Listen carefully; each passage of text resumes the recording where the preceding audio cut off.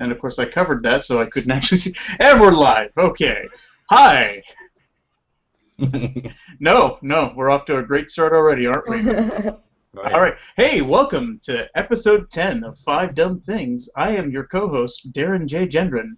And with me, as always, fan of all things churro, Brandon J. Carr. Hello. You're making me hungry. Churros are good, though, aren't they? Oh, yeah. Yes. Oh.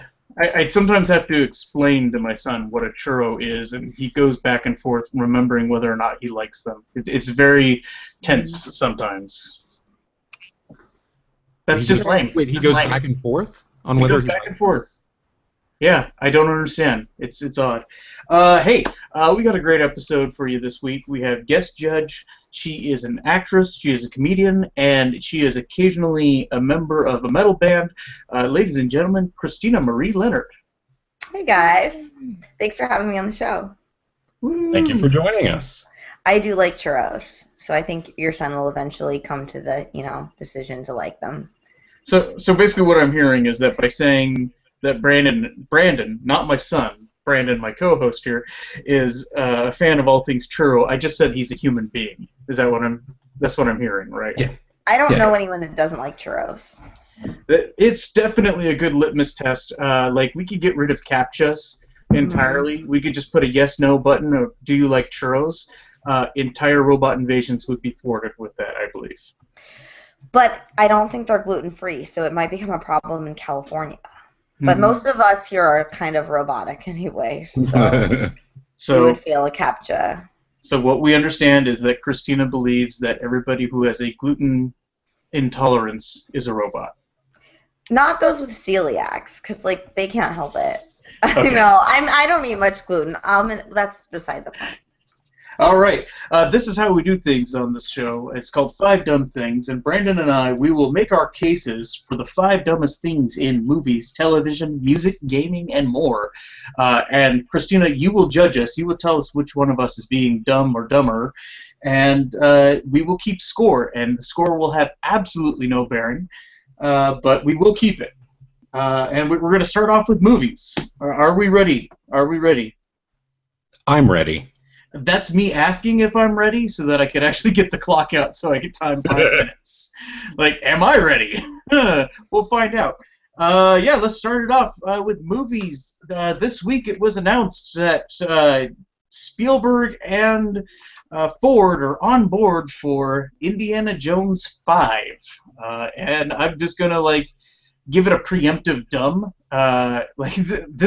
It's dumb of me to, preemptively dumb it this fast.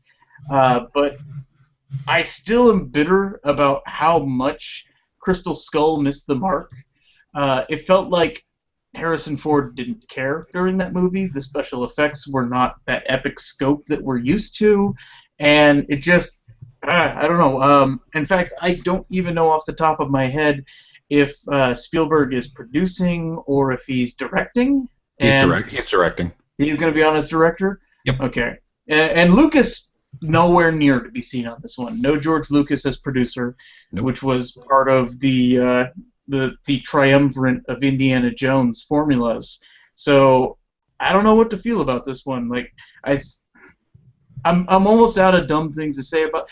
The problem was, what else happened this week is that the Civil War trailer came out, and I wrote it down we got to talk about Civil War, and it recurred to me, I don't really have that much dumb to say about Civil War.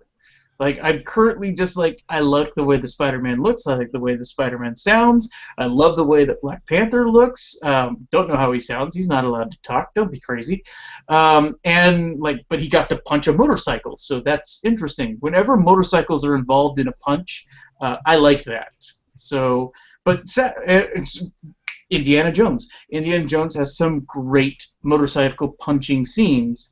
I don't remember there being any motorcycle punches in Crystal Skull. Am I wrong? There were several motorcycle punches in Crystal Skull, actually. I rewatched it again last night, so I'm... Okay, which ones are they? Mutt related? Of course. Okay, because Mutt was basically the stand-in for Indy because they couldn't get Harrison Ford to be Indy believably anymore, right? If you say so. It felt that way. I mean, you're not going to make Harrison Ford do the giant stunt work that he used to do. You mean Harrison Ford, who on the set of Force Awakens broke his leg, and then after filming survived a plane crash? That Harrison Ford? Yeah, he does not strike me as very action-oriented. He broke his leg filming Force Awakens. That does kind of prove my point. Tell me what action sequence was that like?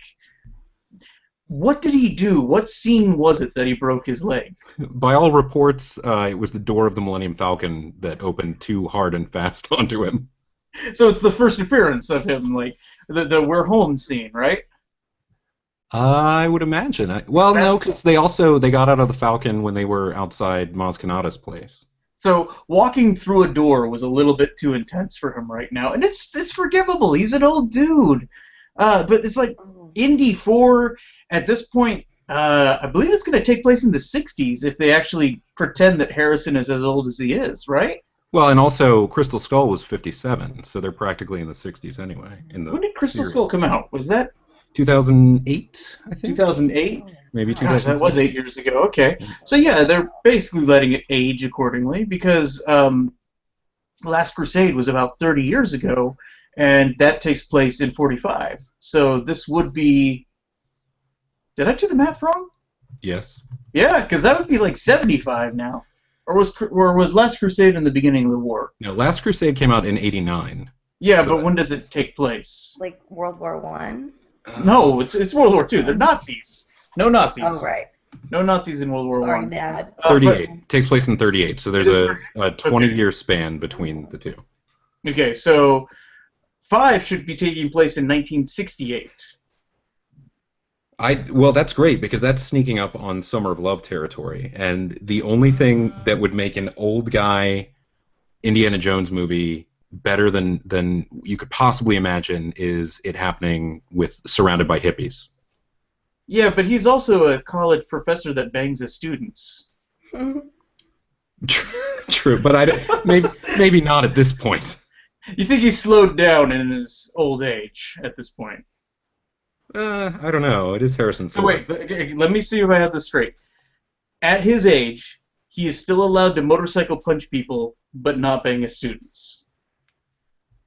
I'm sorry, he's still allowed to what? Motorcycle punches students. Yes, exactly. Yes, he's allowed to motorcycle punch his students. Now he can't bang them anymore. That's where I'm hearing? It still sounds filthy. Yes. We will look up the Urban Dictionary for a motorcycle punch later. All right. I'll regroup. You tell me what's dumb in movies, Brandon. First of all, I do want to step it back just a couple seconds and point out that I am not only excited about Indiana Jones 5, but I was a fan of Crystal Skull. I still don't. I'm befuddled. Crystal Skull is a fun adventure movie that was too good for the audience that it was given to, yourself included. Oh, it's just this is a case of expectations being too high. I think that's the thing. I think it had to do with expectation. I actually watched it years after it came out. I only watched it for the first time a year or two ago.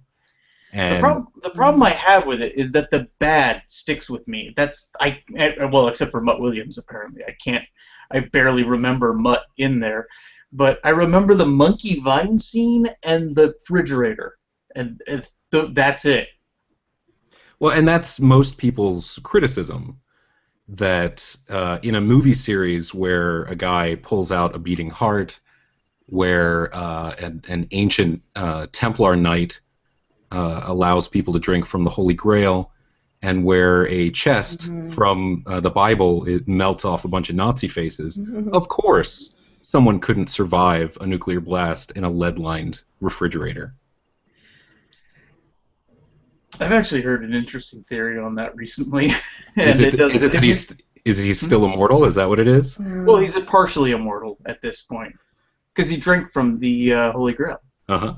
Because people forget that. Like, he takes like a test sip from the Holy Grail and then he feeds it to his dad. Well, it is stated though in the movie that once they leave the threshold of that temple, they're no longer immortal. But well, he's not immortal, but a little bit. Or it's just a fun adventure series. Okay. And you should get over yourself. So anyway, this week we saw a trailer, and specifically a Red Band trailer, for what is the first R-rated CG feature-length movie, Sausage Party. Written by Evan Goldberg and, oh my god. Is Seth Rogen? Seth Rogen. That as well? Yes, Seth Rogen and a few other screenwriters as well.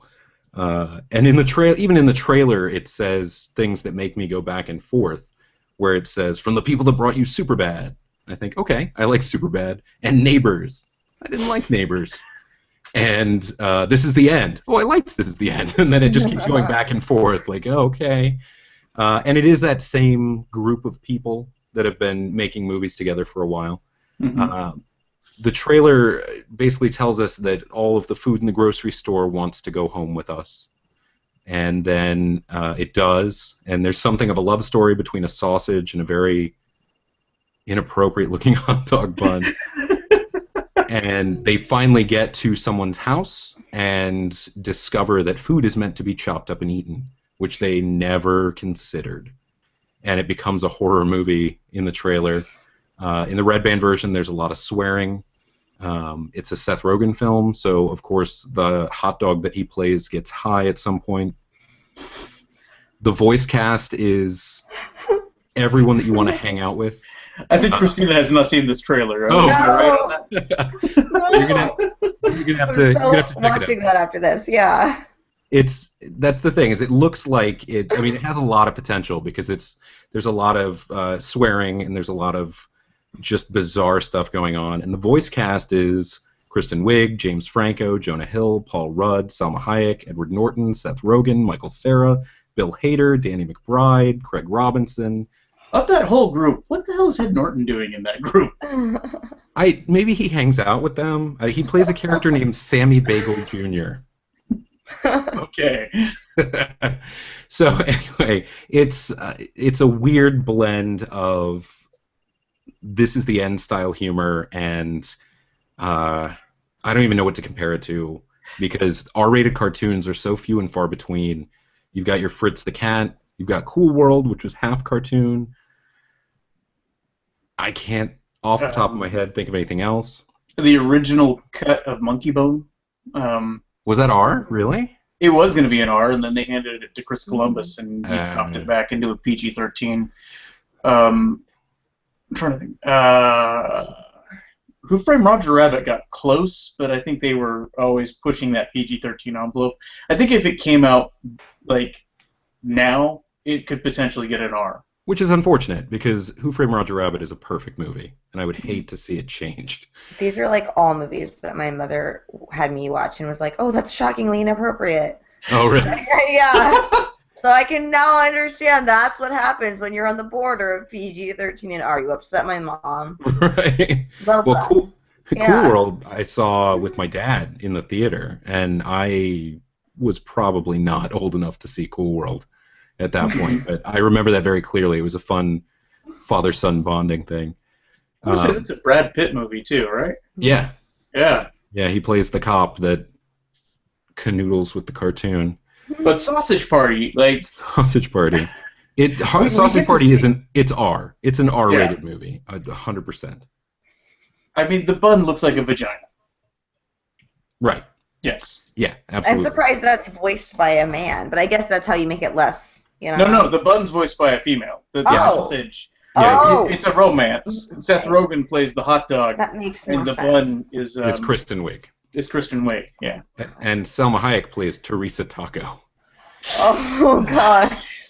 So here's my favorite thing about this whole Sausage Party thing. So it's directed by two animation veterans, in a sense. One who worked on Kung Fu Panda 2 and a couple other films in that vein. But they don't credit that in the preview. No, they sure don't. And you know what else they don't credit? The other director, most of his work is done on Thomas the Tank Engine movies and shows. It's fantastic. And I love that. That's my favorite thing about it.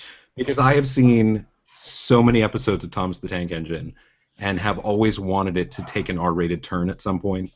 Like, say my son wanders off when he was little and he used to watch this, and then all of a sudden, you know, the trains start climbing on each other or whatever. Because remind me to send you a video. It's drowning pools and let the body hit the floor. It's a supercut of every single Thomas the Tank Engine crash to let the bodies hit the floor. That's awesome. Wow. It's very therapeutic. So, anyway, Sausage Party could potentially open up the door for more adult-level animated films, and not necessarily just weird, this is the end style hot dogs and hot dog buns looking like sex organs type movies, but there could be a whole level of action films doing stuff that couldn't otherwise be done. Oh, gosh. We could get The Goon. We could get The Goon, exactly. My first thought when I was thinking down this way is Hellboy. I mean, Hellboy is a great the first Hellboy until the very end is a great movie. I haven't seen the second one, but a Hellboy movie done in CG, still in the style of Mike Mignola, would be amazing. And so The Goon, the same way, especially if you took that kind of painted, penciled look that Eric Powell has, that would be incredible. So it could definitely open up the door to some things like that. Unless, and this is where it gets dumb, if Sausage Party doesn't do well, and I mean really well, like regular R-rated comedy levels, then it's going to kill any potential adult cartoons, and I don't mean adult cartoons, grown-up cartoons, for the foreseeable future. Guaranteed. And is that what's dumb for you? That's what's dumb for me, is that the ability for cartoons to come out in theaters geared towards grown-ups hinges on this weird hot dog bun sex movie. There's a scene where the potato gets skinned. Yeah, the potato who has a thick Irish accent, by the way. He gets skinned and screams, and that's when all the cursing starts in the trailer. And then there are a bunch of baby carrots that get mangled, but they all have baby voices. They all have baby voices. It's great. Oh my god. Okay, Christina. Okay. Now that we've already begun the spiral downward here, what is dumb? Is it Sausage Party being the ambassador of R-rated cartoons, or that Indiana Jones 5 has been greenlit and is going into production? Well, that's a hard question. I mean, do I have to give a yes or no? I mean, I will, but I have to kind of talk through this myself, because I was actually on the phone with my dad today. He called me to tell me that Indiana Jones had been greenlit, and I have a lot of anxiety, so I just saw that my dad called, and I didn't listen to the voicemail yet, and I was like panicking that I don't know what I thought it was. Like, every time I receive a phone call, I panic. And finally I listened to the message, and it was just like, "Hi, Christina, I just wanted to let you know there's going to be a new Indiana Jones movie, Dad." And I was like, "All that for nothing?" And so I called him, and I was like, "Yeah, well, I already knew that, and, you know, I have Twitter, and so screw you, Dad." No, but, like, I was like, it's going to suck anyway, because Crystal Skull sucked. And then he, like you, Brandon, was like, "I thought Crystal Skull was pretty good." And I was like, well, fine. So, you know, there are other people, like my dad also liked it. And I couldn't even remember, like, why I didn't like it until, Darren, you started talking about, like, the refrigerator scene and stuff, because I had just, like, blocked it from my memory. And also, just must say, the fact that Harrison Ford got injured while a door was shutting, like, isn't that ironic? Because in Indiana Jones, like, the door's always about to shut on his hat, and it's always fine. So I feel like it's dramatic irony that, like, in real life, not fine, you know? He's just not good at doors. So, yeah, or not piloting. good at doors. Right. But, you know, I don't think that... Did I just break you, Brandon? Did you break me? When I said "or piloting," it sounded like oh God! There for a second. I just laughed. No. I just laughed. I don't know though. I mean, George Lucas is not involved. That tends to be a plus. Yeah. But like the sausage factory, it's called Sausage Party. Sausage Party. Sausage Party. Why did I think factory? Sausage Party. Okay. Like people like. If Seth Rogen could deal with, like, all of the issues surrounding The Dictator when that movie came out and, like, make that all work, you know, like, that is a country we don't get along with, threatening. Like, you know what I mean? And that situation turned out fine. I feel like no matter what horrible things happen in this movie, it's gonna work out. And the two things that could happen, whether it makes way for these R-rated CG films or whether it keeps them from ever being made, I think it'll definitely work out. Whether I personally will like the movie, but it's definitely dumb. It's probably for sure dumber. There's basically a hot dog bun vagina character, Yeah. and bait. No, regardless of, and this is unbiased because I don't like Crystal Skull and Indiana Jones can't pilot or walk through doors. So the Indiana Jones movie is probably gonna suck, but there will be people like Brandon, you and my dad will like it, and I'll still go see it. Everyone's still gonna spend money, so they're both happening. We can't stop them from happening. Sausage Party, dumber. Sausage Party is dumb. That's my choice, and I love all those people involved. They do, and I'm going to see it. I'm going to see both of them. That was easily the longest crisis of conscience that I've ever heard for. Yeah, that's dumb. Okay, next one will be shorter. All right, okay, It's not a problem. That was all those things I was holding in the whole time you guys were talking. And you can always jump in. You can always jump in while we're talking. Okay. That might make it easier next time. All right, let's go to television. For me, my topic this week is Legends of Tomorrow, which I am going to say it's dumb with an asterisk. If I started talking about this 2 episodes in, I wouldn't have liked it very much.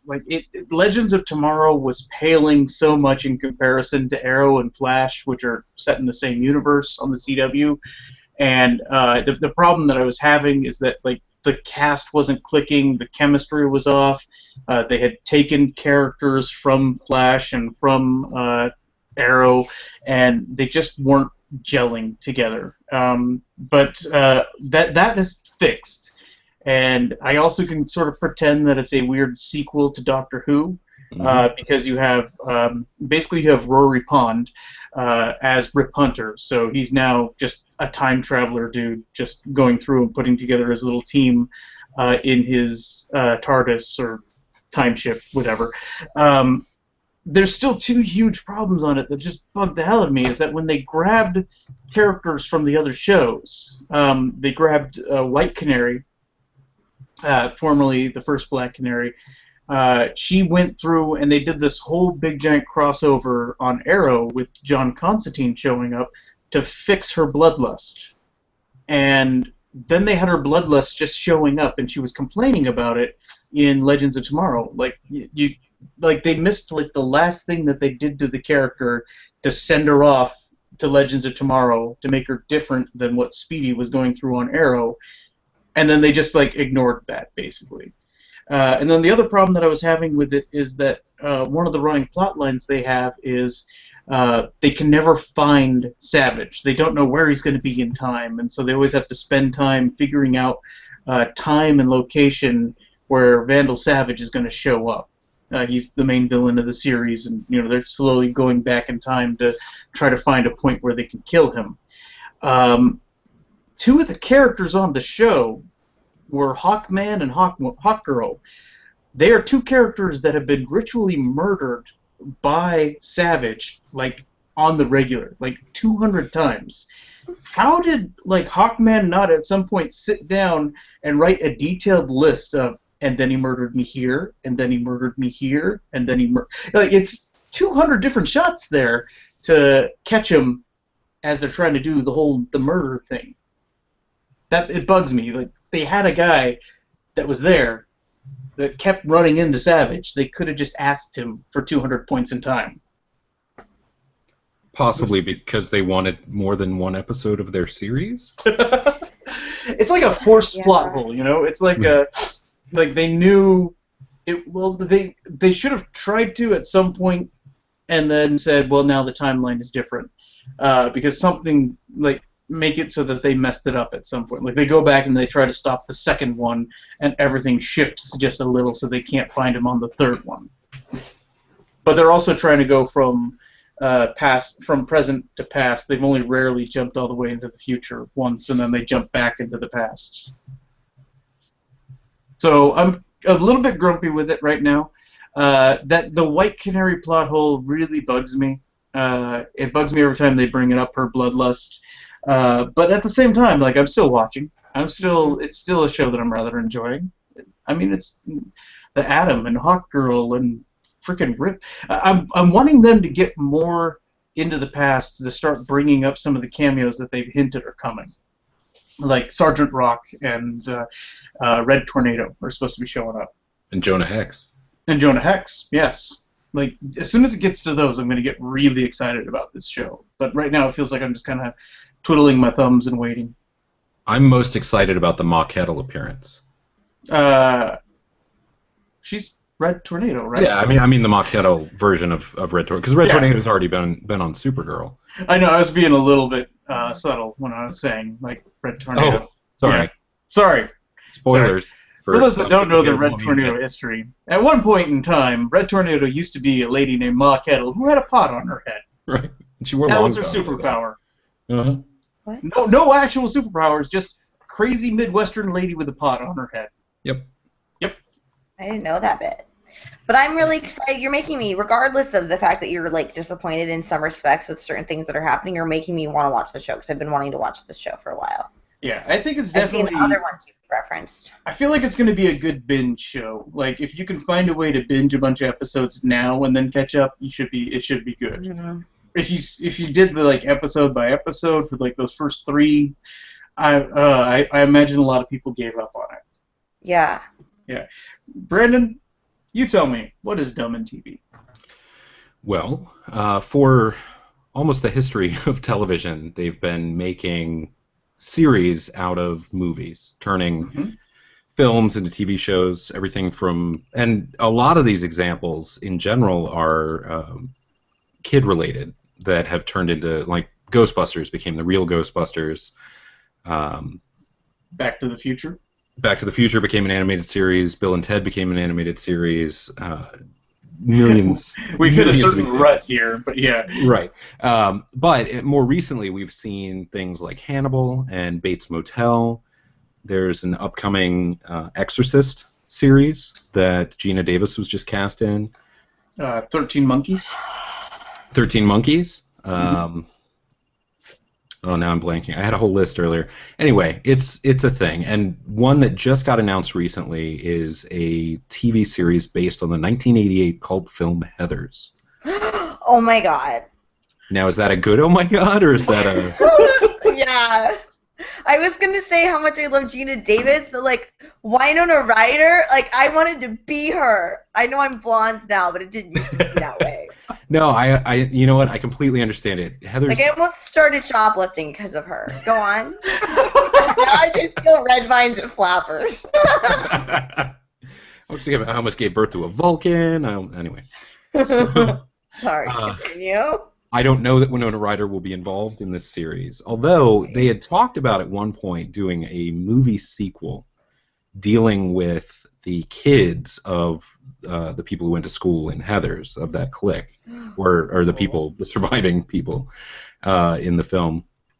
I don't want to give any spoilers for a 30-year-old movie, but anyway. Well. So anyway, they're doing a series now, and not a lot of details have come out about it, but I'm starting to worry that it may not be great. First of all, it's a TV Land original series, which is not always a good sign. Most of the original series to come out of TV Land have basically involved... Actually, you know what? I'm going to step that back, because there was a show that aired on TV Land recently, and I completely forgot about it until just now, called Impastor. Oh, I've heard of that. Impastor starred... God, I forgot his name. It was Lex Luthor on Smallville. Oh yeah, Yeah, you know what? okay. I was in like a taping where he was being interviewed about that, and God, I can't think of his Michael. It's Michael Rosenbaum. Yes, there we go. And that show is great. And until just now, I forgot about that being a TV Land original. And that aired at the same time, or it started at the same time as the Jim Gaffigan show, which was also a lot of fun. Okay. But so maybe I'm wrong. Maybe they are going to do something with it. Impastor was actually really edgy for a TV Land original, to the point where I think Heathers might be able to pull off some of what they were able to pull off in the movie theaters in 1988, because there has to be a darkness to it, or else it's not Heathers. Yeah. For those who've never seen Heathers, the IMDb description is, in order to get out of the snobby clique that is destroying her good girl reputation, an intelligent teen teams up with a dark sociopath in a plot to kill the cool kids. Yeah. So this could work, possibly. The recent Scream TV show, I enjoyed the crap out of. You mean Scream Queens? I don't, although I did enjoy Scream Queens as well. But Scream, which was on MTV, which became obnoxious because every time a song played in the background, there was a pop-up that would tell you where you could download it, which is the closest MTV has come to music in a very long time. Scream Queens also was almost like a stylized reverse Heathers in a way, because it was the snobby clique that was kind of out to get the rest. The vibe was, well, maybe not so similar, now that I think about it. Well, there were a lot of similarities, and I've never really considered it until this conversation, but in a lot of ways, like, I could see a Heathers series with a Scream Queens tone working. Well, like, the lead girl kind of is the intelligent one, just like in, you know? Uh-huh. I'm taking notes with lip liner, because that's all I have nearby. Okay, I use lipstick on the wall. Okay, that works well. Usually write red rum. No, because I only do that on the mirror, and I'm not near the mirror. All right. So what are you saying is dumb about Heathers? Gosh, I don't know now. I'm conflicted. I had this idea that they need to stop making TV series out of movies, but then I started thinking about the potential that TV Land offers, and then the Scream series, which I thought was a good translation, even though I figured out who the killer was in the first episode. And everything that happened after that supported it. And I think that for people who didn't grow up watching teen horror movies, it may have been a little harder to figure out than it was for me, but... Those people don't deserve to live. I'm sorry. Goodness me. How very Heathers of you. Okay. So I guess what is dumb is... Oh my god, I'm blanking. Let's just say that the oversaturation of the movie-to-TV market is dumb, regardless of the potential of Heathers. How's that? All right. That's fancy sounding. The oversaturation, is that dumb, or is Legends of Tomorrow getting two small plot holes consistently wrong? Dumb. You know, okay, I'll make this shorter, because I think you both have great points again. But because of Legends of Tomorrow is based on characters that have already been created, and like with comic books, there's different versions. You know what I mean? There's different there's different paths that things can take. And if like I've gone to a casting director workshops with the woman that casts for Supergirl and a lot of those shows, and like a lot of the choices they make are they may know, like they realize those things. They're not going into it just like with an unintelligent attitude. They make the choices for some other reason. So I do believe that in the end you'll be pleased. I think they have a reason for doing these things. You know what I mean? For the best of the show. I don't know if I'm allowed to say that on there. I didn't give away anything. I just basically something I learned about the, you know. But as much as I love Heathers, I do agree that like we have to make like a TV version and a film version, an animated version, a live action, like every single version. And with comic books, like that's kind of what you're supposed to do, because you know that's how it's always been, and that's the nature of it. But with TV, I don't think there needs to be so many versions of everything. So I think that's kind of dumb. Going with Heathers is dumb. All right. Oh, let's not say it that way. Because otherwise I'll change. We'll have to go back, but I'll take the headphones out so I can't hear you. No, we're recording it on that. And when I have lunch with Winona Ryder tomorrow, like I have on my schedule, I'm gonna make sure she knows how you feel about it. Oh God. Hopefully she won't kill me. No, she was gonna come bring you Twizzlers and stolen goods. No, red vines, damn it, red vines. No, because Twizzlers are good. Oh God. Yeah. Freaking heathen that eats plastic. Okay, let's move on to music as I let my anger stew right now. Are you angry about the red vines? Yes. I think you'll be pleased with the show. I have gotten in arguments on Twitter about red vines versus Twizzlers, and the red vines Twitter account has gotten my back on this. So my brand allegiance is based off of a Twitter retweet at this point, and taste. Well, real quick. Go on. Oh, yeah? Well, I was just going to say, where are you guys from? Because I'm from Nebraska, where apparently they have red vines, but my mom's a health nut, so I was, like, never allowed in a 7-Eleven. I didn't know red vines existed. They're, like, gold to me. Now I live in L.A. I'm like, what is this substance? He's East Coast, so he grew up on Twizzlers. I'm West Coast. I grew up on red vines. Let me tell you how important this is to me. So one of our movie theaters around here stopped selling Twizzlers and started selling red vines, and I don't go to that movie theater anymore. Oh, wow. That sounds like something I would do if they stopped selling York patties or Reese's Pieces. So you know how important red vines are to me. When I was living out on the East Coast, I would buy the 4-pound jugs and have them shipped back over to the East Coast so that I would have a supply, so that I wouldn't have to choke down that red vine, that Twizzler. Oh, I heard that. No. See, I know I've agreed with Brandon on like the actual dumb things the last two here, but I agree with you, Darren, on the shipping. Like, I think that makes more sense to ship red vines across the country than to just not sneak in red Twizzlers to the movie theater. Why are you buying movie theater candy in the first place, Brandon? I don't. Actually, I stopped going to the movie theater for a completely different reason. That didn't help. Okay. There we go. Sorry to add another one in there. Just so you know, I left the clock running for my music point on this one because that's how stupid this music thing is. This music note that I have is so stupid. I had a giant argument built for something that I'm probably just going to do next week. It's not that timely. Because then I found a statement by an actual lawyer in an actual case that was so dumb. I'm like, nope. Yep, that's my dumbness. Ladies and gentlemen, the legal representation for 50 Cent has said that he must appear rich because many rap fans are poor and they need inspiration. Oh, no. Wow. Fitty. Full disclosure here, I have actually, in a weird situation, I did once work for 50 Cent for like one night.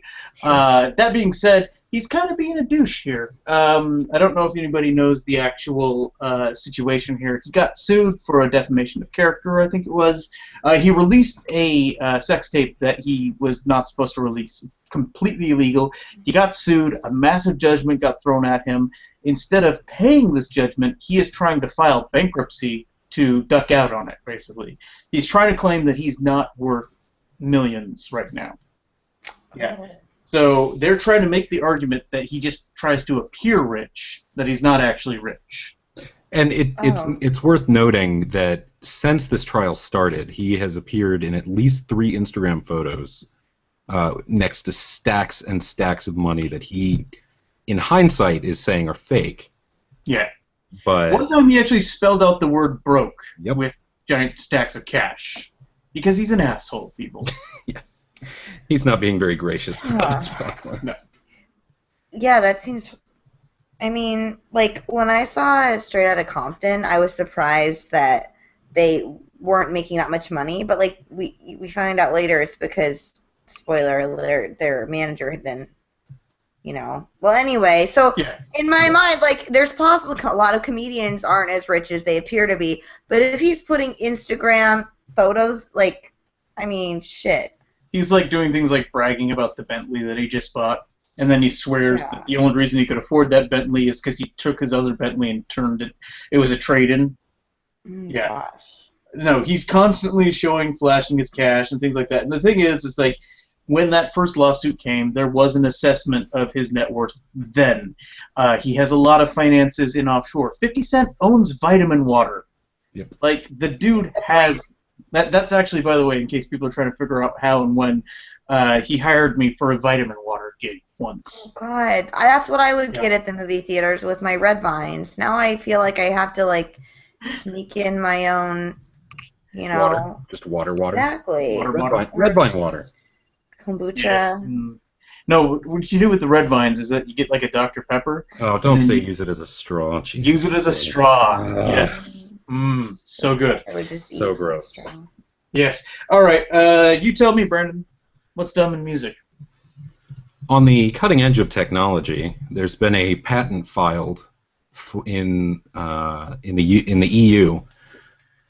A company in Austria has created HD vinyl, which is created using lasers and some sort of computer-guided topography, which offers 30% more capacity than a regular vinyl record, 30% greater volume, and double the audio fidelity. So basically taking a technology that will still melt if you leave it in the back of your car and upgrading it for the future, although it will still melt in the back of your electric flying future car. Does it need like its own player, or can you throw it on a regular? That's a great question, and this is what they've done right. It actually does play on a standard record player, although most of the HD capabilities, the increased fidelity, etc., are highly increased if you get one of these HD turntables. So you have to get an HD.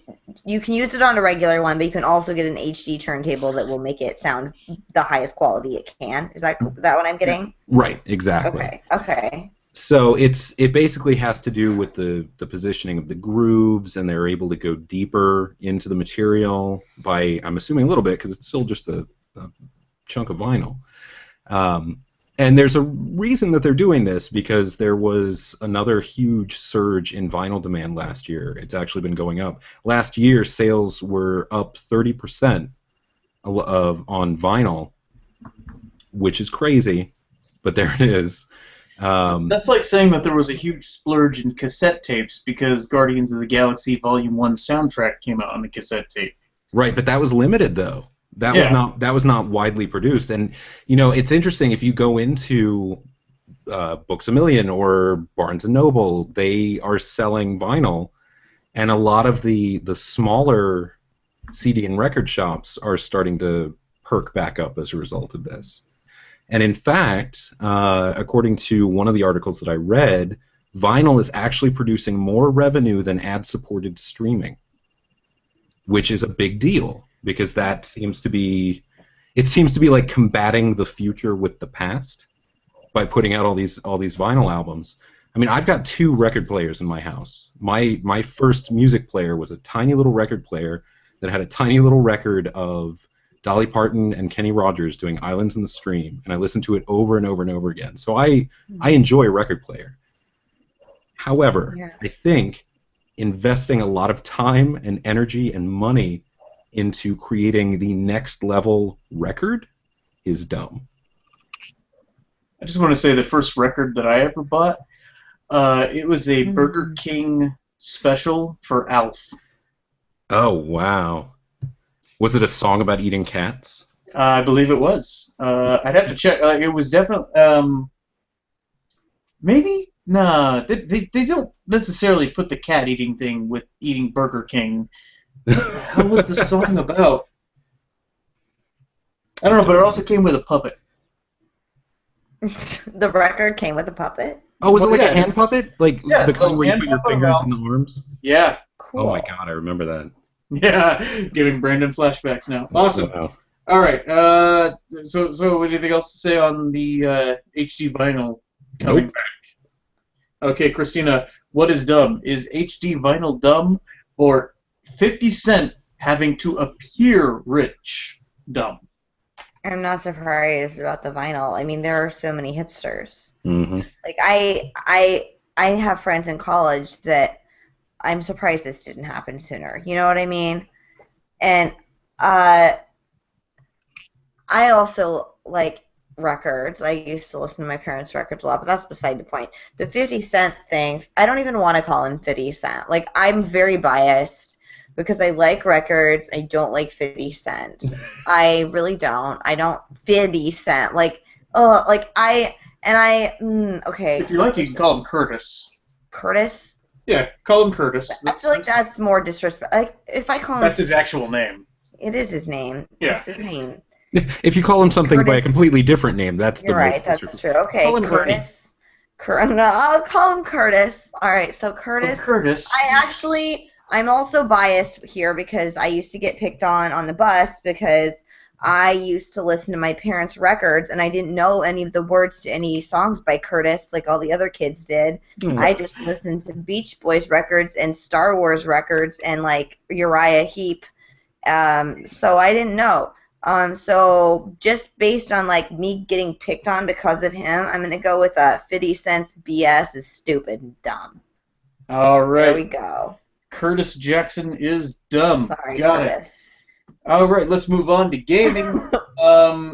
This one's kind of tangential to gaming, but I'm taking it anyway. Dog Meat won World Dog. What the heck was this called? Dog Meat was a winner at the World Dog Awards. Dog meat? Dog Meat. Like food? No. Dog Meat is the name of the CGI dog that you have in Fallout 4. Like, okay. Yeah. We were appropriately appalled at the possibility that it was just dog meat. just Dog Meat won an award at a dog show? What? No. Technically, like that should be pointed out, River, the model that Dog Meat was inspired on, got the award, which to me makes no sense because that dog has never helped you loot out a Raider's Den. As it is, I was like, I had to figure out what the hell the World Dog Awards are. If you want to know, this is a great way to know how little people care about this award. There's no Wikipedia entry for this award. Like, do you realize how... What's that, Brandon? I said, is this real, or did you dream this? No, there's an actual article that I found. I made sure this is a real thing. But there's no Wikipedia article. Like, when you find that level of not care... Like, I'm trying to think, like, Bananas have a Wikipedia article that's heavily edited. And yet, the World Dog Awards clearly... like, this is all I could find about it, is that George Lopez hosted it again. What? There's no record whatsoever of last year's World Dog Awards, or whenever George Lopez hosted it the first time. Whether or not this video game award has ever existed before. I'm going to go off on my crackpot theory here and basically say they made up this award so people would finally talk about the World Dog Awards, not to be confused with the World Dog Show, which is not to be confused with the Westminster Dog Show. Although if you talk to breeders, particularly breeders that have won at the World Dog Show, they think that that show is better than the Westminster Show. So, yeah. But then again... Like a dog breeder. Yeah. But then again, you're looking at dog breeders as a source at that point. Apparently... Like, the awards came out in mid-January. And to prove the point that no one cares about these awards, Bethesda, the software company that technically won the award as well, only this week mentioned it. Like, 3 months later, they're like, oh yeah, by the way, we got the World Dog Award thing. That's us. Best digital dog. It's like their social media person, like, was just, like... on a vacation or something. Well, now I'm trying to think, like, was there any other dogs available for this award? Because Fallout is pretty well known for having the dog companion. Fallout 3 and Fallout 4 both have the dogs. But I don't know of any video game that came out last year that hadn't. I could maybe did Poker Night 2 come out last year and it's got Sam from Sam and Max? It's a very limited field, guys. Yeah. Yeah, it sounds like it. All right, so World Dog Award goes to Dog Meat. Brandon, I have no idea what the show notes say here, so you tell me what's dumb in gaming. So you've not heard of Superhot? I have not. Interesting. I have not either. Ah, that was going to be my follow-up question. Okay, so Superhot just came out.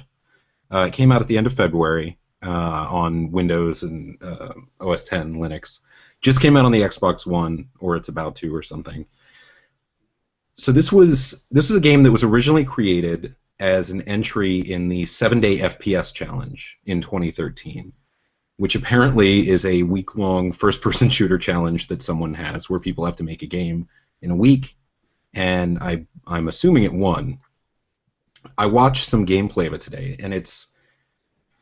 Okay, let me figure out how to describe this game. So it's all very stylized. So imagine you're playing a first-person shooter that is not entirely finished, and everything is... Well, yeah. Okay. I just suddenly realized what it is. Do you remember now? It's that black and white and red game, right? Yes, exactly. Yes. So your entire environment is in black and white and gray, and all of the bad guys are these like crystalline red people that either are armed with guns or shotguns or sometimes bottles. The way the game works, the way the game mechanic works, is that the time only moves forward in the game when you're moving. So if you're standing still, nothing's happening in the game. And as you move, things happen around you. And this gives you the ability to skirt around bullets, to do a move, for instance, where, say you're moving towards someone and you realize that you're out of ammo, because there are no ammo indicators. You just know it's empty when you try to shoot. So you throw your gun at the guy, it knocks the gun out of the guy's hand, you grab the gun, you turn around and you shoot him. And it's all done at whatever speed you want based on how fast you're moving. No, go ahead. I feel like this would be really good for people like me that are bad at video games. That was my thought. Yeah, I'm like the kind of person that needs to be like, stop, let me figure this out. Hold on, I just learned that thing. Wait, you know? Because I just fail. Like, my friends won't even let me play. Like, I enjoy it, but I'm not allowed. Because I'm so bad. I get very stressed out with first-person shooter games. Oh, God, yes. So and that's... Go ahead. Is Superhot done? Yeah, it's out. Huh. And there's more to it than what I'm describing. What I watched today was game footage from the demo that came out last June. But apparently there's more to it that involves body switching, because the whole thing is either a simulation or you're taking over someone's body, and that's why your view is limited to this weird kind of crystalline shape or whatever. The campaign mode has about 30 levels, and it's supposed to take about as long to finish as Portal, the first one. And the fact that there are any comparisons there to Portal, I like, because Portal and Portal 2 are my kind of first-person shooters, where it's more about figuring things out than running into a room and shooting people. Right. And according to Wikipedia, and this is a new favorite word of mine, the Superhot narrative works in several meta-narrative levels. So you play as a fictionalized version of yourself sitting in front of a DOS prompt, then getting a message from a friend who offers you a new game called Superhot.exe, and then it goes on from there, and there are different levels. So within the game, you become one thing that becomes another thing and another thing. So it's levels and levels and levels. It looks like a lot of fun, and it looks challenging because you have to use this weird time-shifting thing. And, you know, the time part is not anything you control other than by your movements. Mm-hmm. I was trying to explain it to someone earlier today, and they said, oh, okay, so you have the ability to stop time. And that's not the case. You have the ability to start time. So it's not like you're holding something down like a bullet time thing, but the default state is nothing is moving. And so you can look around. But if you actually use the mouse to look around, then time moves ever so slowly as you're looking around. So there are lots of different levels to it. I recommend checking out gameplay footage. I think that it's so unique and so complex that the difficulty I have describing it to anyone might actually be the dumb thing here, because I want to encourage people to check it out and to play it, but it sounds not as fun as it looks, when I try to explain it to people, which might be my failing, but I doubt it. But you're saying it does look fun. Absolutely.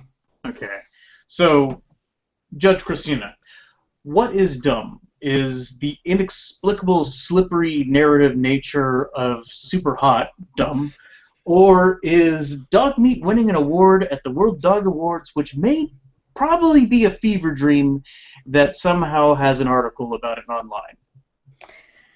The describing of this Super Hot game, I actually, for somebody, maybe it's just easy to understand for people that typically don't understand video games, but I thought it made sense, and I'm excited about it. But the dog show where it's like, there's already too much of that. Like, I like dogs, but those make me not want to like dogs. And the fact that it appears there were no competitors, nope, dumb. You've insulted George Lopez, just so you know. I'm sorry, George Lopez, but I kind of also think you're a little dumb. Are you really sorry? I mean, come on. Whoops, my bad. All right, my etc. Okay. Okay, moving on to etc. My etc. is a quick shot, a quick hit. The dumb thing. I don't normally do sports, but in this particular case, I went with the fact that the 49ers football team that I am a fan of, they re-signed Phil Dawson. That's not what's dumb. They re-signed him to a one-year contract, and Bradley Pinion, who his job in his job is to basically be the guy that catches the long snap and sets.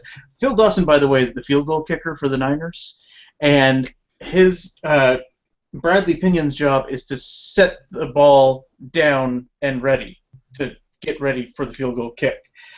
So he actually. So the holder, not the snapper, he's the holder. So he actually tweeted out, "Another year of holding this man's balls. Can't wait to learn more from this future Hall of Famer." That was meant to be serious? That was 100% serious. He can't wait to spend another year holding this man's balls. Yes. I think he knows the phrasing on that was a little bit off. You know, I would say... It's like when they interview people after a UFC fight, but like in that case, you don't really expect much. Well, he's the punter. When he's not holding the snaps, he's the punter for the Niners. So he's kind of a little bit whacked in the head as it is, because he's basically like he's one of those guys that he gets to go on an NFL field on a regular basis. Which is weird. He's actually surprisingly a large guy. He's 6'6", 240. I was going to point out how punters are usually like these 5'10" guys surrounded by full-on monsters. So he theoretically could actually hit and tackle someone. But he definitely has goofball written all over his face as I'm looking at him right now. And yeah, he's looking forward to holding a man's balls. He's a 21-year-old that is also making hundreds of thousands of dollars just punting about 10 times maybe total. Wow. I mean, you might be thinking too hard about this. He may not be talking about the job. No, he might be talking about just locker room, and that's what he... was last year his rookie year? I think so. So maybe he doesn't realize that. Who are you asking that question to? Like some sort of hazing? Is that what you're implying is going on? I was asking my computer, which I was bringing up the Bradley Pinion career page. Trust me, I know exactly where I'm going with this. He was drafted in the 2015 draft. So yeah, last year was his rookie year. So maybe he's just really dumb and he thinks that hazing goes for another year. Is that what we're saying? We don't have to dwell on this too much. Just that pun, it tickled me, and I was happy with it. So, Brandon? Yes? We need to talk. Why? This is serious. I just looked at the show notes, and what you're saying is dumb on etc. You're on thin ice. Oh, God. You are on thin ice. I'm so excited for what this is going to be. Tell me what's dumb. I'm excited. Tell me what's dumb. I'm excited about this. Go on. All right. So, do you know what a medullary bone is? A what? A medullary bone. Medullary bone. I don't know, but it appears yes. Darren must know. Yes, but only because I've had 2 kids and I did pay attention in... Is that right? No, kinda. It only happens in birds, so Oh. I haven't I seen don't pictures. know what it is then. I haven't Okay. seen pictures of your kids in a while, but Me and No, audience never are mind. so I curious thought it was. right now. Nope, never mind. all right. I think I know what the story you're talking about is, so I made some assumptions. I was wrong. It's fine. You can But- say no. It's not improv. Okay. So, the medullary bone appears in birds when they're pregnant and they're going to lay eggs. And the reason this happens is because bird bones are very hollow and they don't carry a lot of calcium and nutrients and things like that. The medullary bone appears just before and during egg laying. And it's basically a depository, it's a repository for calcium and all sorts of things. Because, for instance, when a crocodile lays an egg, it actually pulls calcium from its own bones to create the shell structure. Mm-hmm. And with birds, they create this medullary bone that creates the eggshell and protects the young. So, they have found a T-Rex fossil in Montana that dates to 68 million years ago that has a medullary bone.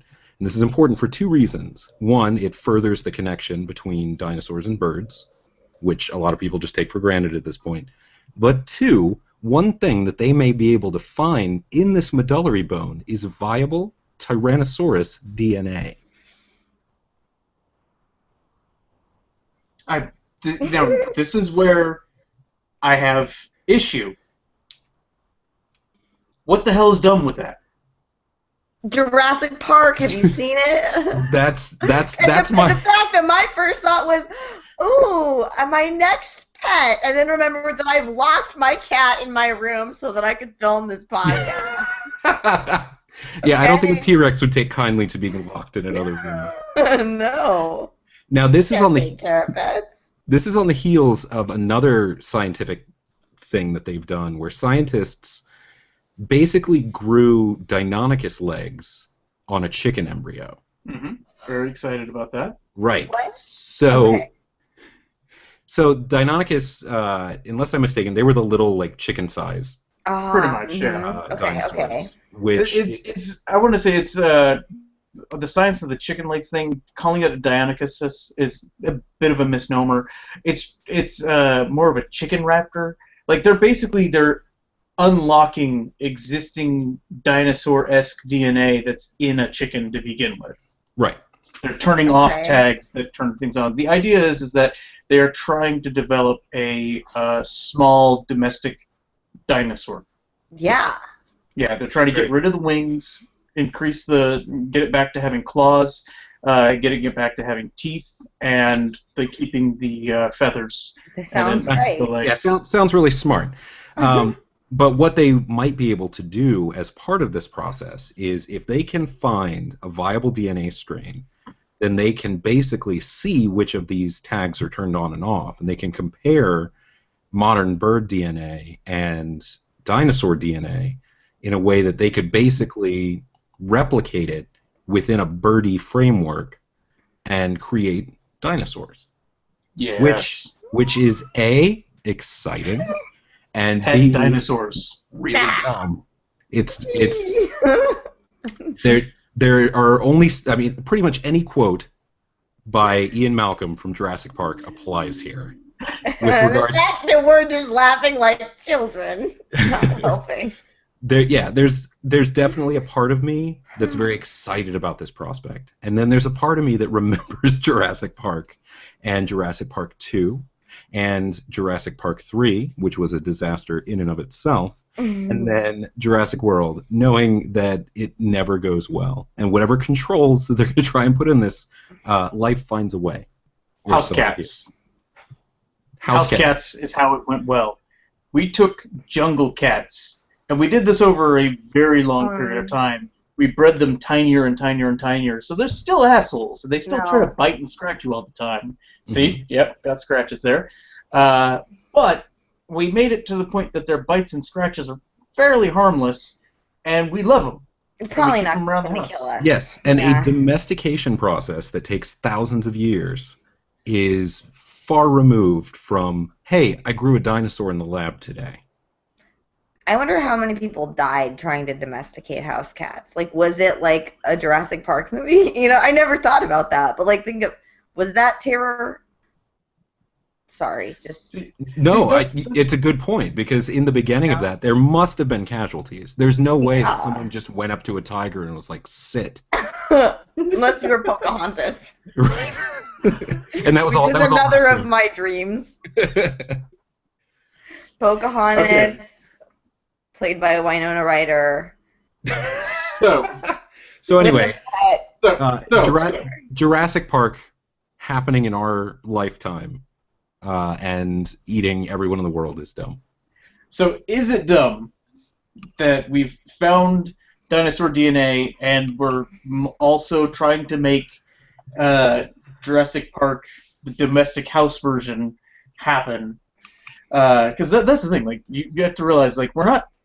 It's like, this is how I'm going to calm you down. We're not trying to make Jurassic Park. We want to just put the dinosaurs in everybody's homes where there won't be the cages to fail. You know, just no cages whatsoever. That's what we're doing there.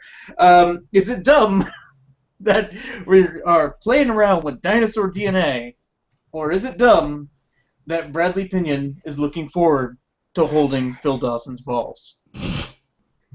Well, I'm like all for gay rights, so like that's cool if he wants to hold Bradley's balls, but like I don't think that's what he meant, you know? Like if he legitimately, if that was his way of coming out, then I support it. I'm like 8 right now. I don't think that was what he was going for though. I think that he just needs to go back to grammar school. So that's dumb, and I may be dumb for thinking this, but I think that a pet dinosaur would be pretty cool, and then my cat would have somebody else to scratch besides me. It'd make a good team, you know? Dinosaur battles. We could all burn down the apartment. Exactly, yeah, that'd make an awesome show. You know, maybe Seth Rogen could produce it, and it could be CG and rated R. That can be the next one. You know, Lord. Winona Ryder can voice it, and Stack can have songs in it. Yeah. All right, ladies and gentlemen, let's recap here. What we've learned today is that Sausage Party is dumb, Heather's on TV Land is dumb, 50 Cent appearing rich is dumb, Phil Dawson's balls is dumb, and the World Dog Awards is dumb. Okay, follow-up dumbness, Brandon. You were hoping that your brain wouldn't fail you. Has it failed you or not? I actually remember what I was talking about, but since I saw it, there's been a slight backpedal with it. But Jim Brewer was talking on a podcast about Brian Johnson, who we discussed in the last episode. From the Beatles? AC/DC. AC/DC. I wish we could edit that out. Oh, we can. Don't worry. That's so embarrassing. Like, my dad might disown me. We'll cut that, sure. I'll add it in a few times. I'll make it seem like you keep saying it, and we're saying no. Hey, Christina, just for no reason, could you name a couple other bands, preferably from the 80s and 90s? So Brian Johnson. Kyle, no reason. Brian Johnson from AC/DC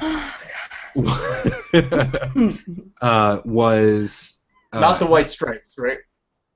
No, not yet. Who knows? He's a free agent now, or so I hear. He has left AC/DC because of hearing loss. Jim Brewer on a podcast, he's a comedian who's friends with Brian Johnson, basically said, or at least very strongly implied, that Brian Johnson was kicked out, was pushed out by Angus, and that it was not just a matter of his hearing deteriorating. Now, he has stepped it back a little bit, and he said he wasn't quoting Brian Johnson. He's just, this is not a guy that he sees quit things for any reason, and he just wants to see Brian Johnson succeed in life, basically. He seemed hurt, basically, by the situation, and Jim Brewer, because he's his friend, got his back and talked about it on the podcast. So there may be more to the Brian Johnson story. It depends on how far Jim Brewer is going to backpedal on it, though. Yeah, I did see that developing earlier today. I'm curious, has AC/DC and Angus particularly announced if they're going to replace him, or are they going to shut it down? At this point, I hate to say it, but it sounds like they are going to replace him still. Yeah, I mean, AC/DC is never going to go away. Mm-hmm. They've had more band member replacements. Yeah, we were talking about it last week that they've so like a dozen band members. Right. And so Brian was their third singer. Yeah, and from what I've heard, and actually he said that he's been replaced. So so apparently, I guess that something tells me that after the current tour, there's going to be some sort of announcement about that. That's sad. And that was something that he told. It was another thing that came out through the conversation with Jim Brewer, was that he said that Brian Johnson said that he had been replaced. Okay. So it's hearsay. That's depressing. Yeah. As someone who's been kicked out of a band themselves, it's one of the saddest things you have to go through. I hope he didn't find out by seeing it on their MySpace page. Oh God, I hope he did. I wish he did. Oh my gosh, how great would that be if like Angus is just like still managing his top 6 at this point? Yeah, it's like when somebody like changes their relationship status on Facebook, and that's how you know they broke up with you. Right. Oh gosh, that still would be so good. Like, here's the thing: Angus's MySpace page still plays Wonderwall. Okay, that's a joke that's going to go over the head of a lot of people that have never been on MySpace. Hi, kids. How's that millennial lifestyle? Let's do some shameless plugs. Brandon, do you want to go first? No. Yeah, sure. I will be appearing on the podcast Five Dumb Things on its occasionally erratic schedule for at least the rest of the year, which is our first season of Five Dumb Things. And after that, or mixed in amongst that, I will also be appearing on the podcast Five Dumb Things. That's exciting stuff. See, I guess I could do my plug. I will be showing up on the podcast Five Dumb Things. No, I can't do it. No. It's too tempting. It's too tempting. Like, because this is the I've run out of things to plug mentality. Yeah, we can do this. Mega Art Wars. We just changed our time slots for 2016. We will now be performing every 4th Saturday at 6 p.m. at the Improv Space in Los Angeles, California. That's every 4th Saturday, the Improv Space, 6 p.m. Mega Art Wars. I'll put it on my calendar. Yes, starting in April. Yes.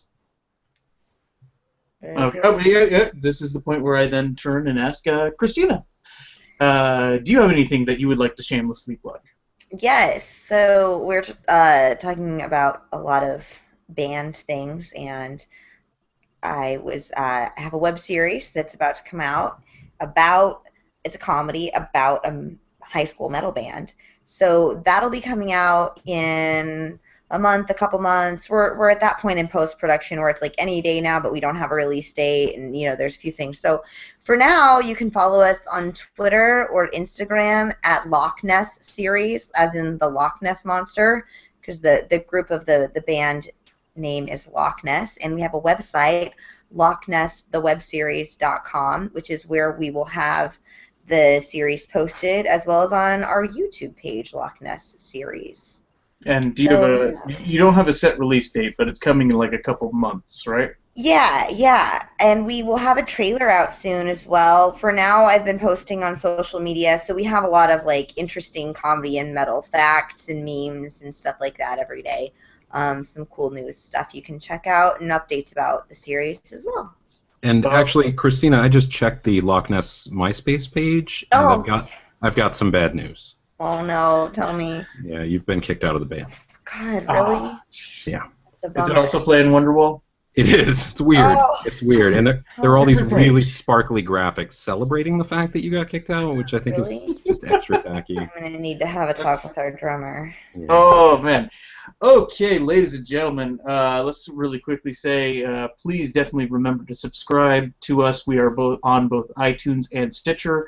If you enjoy the show and you're getting it from one of those two lovely services, be sure to go in and tell that service how awesome we are, or just complain about how annoying Darren is. Both are acceptable.